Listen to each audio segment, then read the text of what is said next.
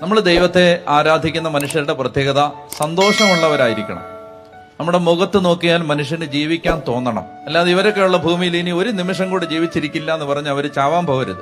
നമ്മളെ കണ്ടിട്ട് മനുഷ്യർക്ക് ജീവിക്കാൻ പ്രതീക്ഷയുണ്ടാവണം. എത്ര ദുഃഖത്തിന്റെ നടുവിലും സന്തോഷത്തോടെ ജീവിക്കുന്ന ദൈവമക്കളെ കാണുമ്പോൾ മനുഷ്യർ ചോദിക്കണം, എന്താണ് നിങ്ങളുടെ സന്തോഷത്തിന്റെ കാരണം? നിങ്ങളെ സന്തോഷിപ്പിക്കുന്ന കാരണം എന്താണ് എന്ന് ചോദിക്കും. പ്രസാദമുള്ള മുഖങ്ങളോടെ ജീവിക്കണം. അതൊക്കെയാണ് വചനം കേൾക്കുകയും വചനം വായിക്കുകയും ചെയ്യുന്നവരുടെ പ്രത്യേകത. അപ്പൊ ഉള്ളിന്റെ ഉള്ളിൽ സന്തോഷം ഉണ്ടെങ്കിലേ മുഖത്തത് വരുത്തുള്ളൂ. ഉള്ളിൽ സന്തോഷം ഉണ്ടാകണമെങ്കിൽ സന്തോഷം പലപ്പോഴും ഒരു തീരുമാനമാണ്. സന്തോഷമായിട്ടിരിക്കാൻ തീരുമാനിക്കുകയാണ്. നമ്മൾ തീരുമാനിക്കുകയാണ്, എന്ത് വന്നാലും ഞാൻ സന്തോഷമായിട്ട് ജീവിക്കാൻ പരിശ്രമിക്കും. ഇനി പ്രശ്നം വന്നെന്ന് പറഞ്ഞ് ദുഃഖിച്ചൊന്നും നടക്കാൻ പറ്റില്ല.